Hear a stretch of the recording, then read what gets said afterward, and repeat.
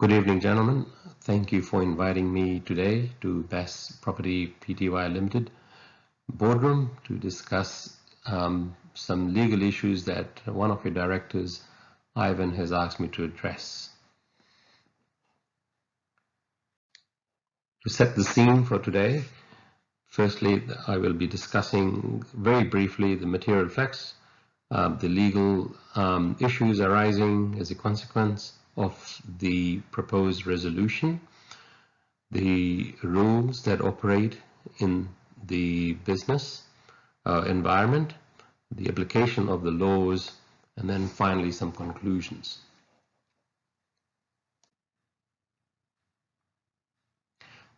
Best Property Pty Limited has been operating since and was formed in 2013 and has been operating in the Melbourne metropolitan area as a licensed property developer.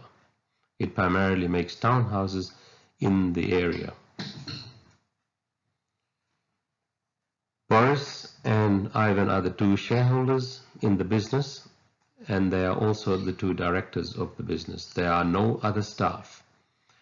The business hires subcontractors to carry out its work and doing its projects. The last project was completed in December 2022. During the month of March, there was heavy downpour in the metropolitan area, and a number of homeowners who have purchased the property complained to Boris with regards to remedying the defects in relation to the damages caused by the rain. It was in this context that Boris made a comment to Ivan that maybe they should consider a shareholders' resolution to dissolve the business or to deregister it. And thereafter, Ivan contacted me to have a discussion with the two directors in regards to the legal implications surrounding this resolution if it was to go forward. The legal issues that I have identified are in the following areas with regards to directors' duties, the asset requirements for winding down a company, and the sale and purchase contract and warranties that Best Property Pty Limited has with the property owners that have purchased the townhouses from the business. As I said earlier, I will be addressing the three areas: directors' duties using case studies and Corporations Act, the commercial contract that exists with the business, and the requirements of ASIC when looking for a voluntary deregistration and a wind-up. The legal rules that exist for the directors are developed over case law over a number of years, as well as the Corporations Act 2001. They or both impose certain duties on the directors, and in particular to use duty of care with regards to skill and diligence. They have the no conflict, to act in good faith, and to use power for proper purpose. The company has certain contracts in place with regards to the sale and purchase of the developments that it has done. The company has full power as a capacity as an individual to enter into these contracts. What is of importance is the fact that Domestic Building Contracts Act 1995 imposes certain conditions on all property developers, and in particular it has provided warranties to homeowners with up to 7 years for the workmanship and quality of the build. Under Section 601AA, the company can opt for a voluntary deregistration.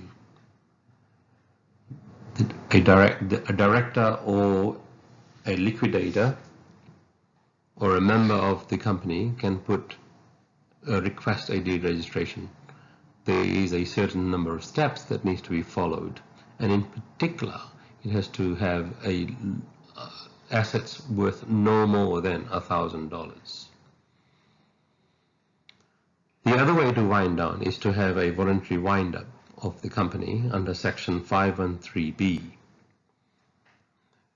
A special resolution has to be passed to carry this motion, and in both cases the winding up and the deed registration process is put in a gazette, published in a gazette, or put on the ASIC's website. Case laws over time have developed a number of directors' duties. One in particular is to act in good faith and in the best interest of the business. Second is to use power for proper purpose. And thirdly, to avoid conflicts of interest. I'd cast my mind on good faith, purely because it has two parts to it. One is a subjective test, to work out get into the mind of the director and look at the intentions. And the second is an objective test, to see whether a reasonable person in the director's position believes that the actions were in the best interest of the company.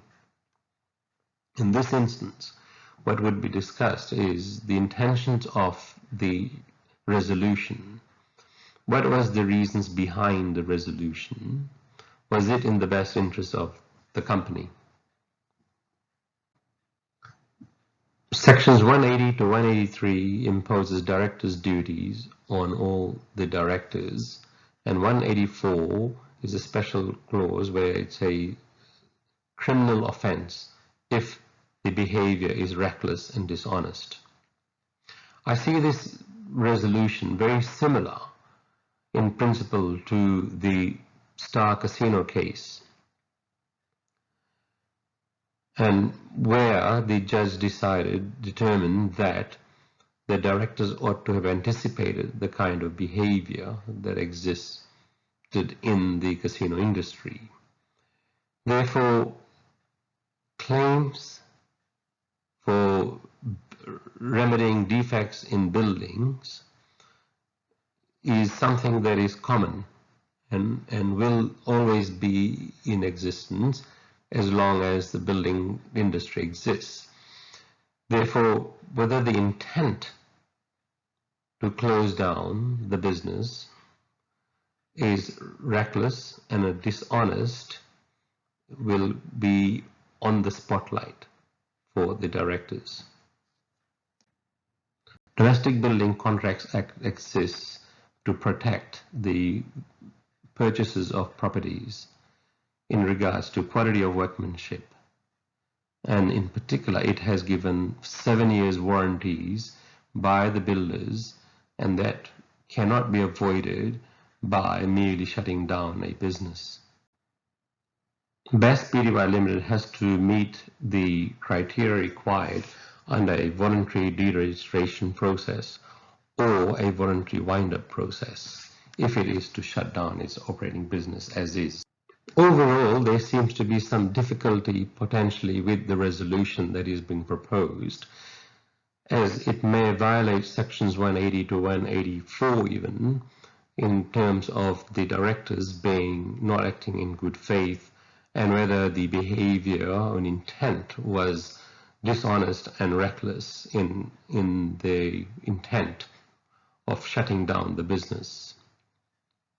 The other factor is whether the contracts in place and the warranties that it has given to the owners of the properties that's being sold, they cannot be avoided by simply deciding to shut down the business.